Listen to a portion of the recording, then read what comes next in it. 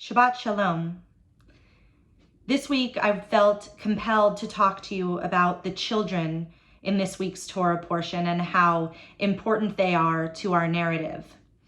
Judaism is child-centered, and our entire value system is based on the importance of ledor vador, from generation to generation.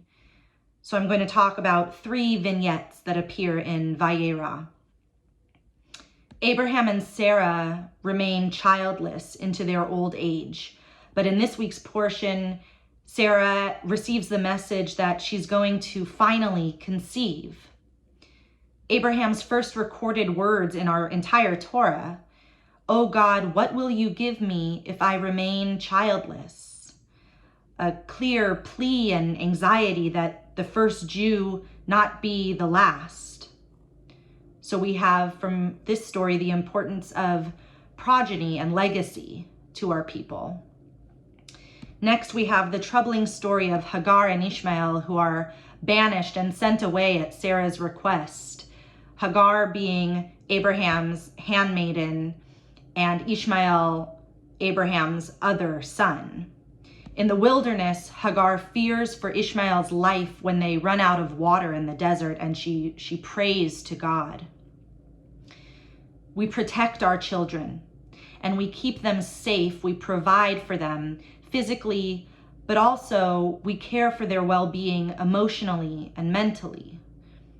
We teach them how to be good and decent human beings through our values and traditions. And lastly, we have the Akedah, or the binding of Isaac, one of the most problematic and disturbing stories in our Torah. Ultimately, at the final moment, God stops Abraham from sacrificing his son, Isaac. We know that life is precious, and we do everything we can to protect the innocence of childhood. On our portion, Vayera, one of my favorite commentators, Rabbi Sachs, writes, "Throughout history, Jews were called on to value children. Our citadels are schools, our passion, education, and our greatest heroes, teachers. The Seder service on Pesach can only begin with a question asked by a child. On the first day of the new year, we read not about the creation of the universe, but about the birth of a child.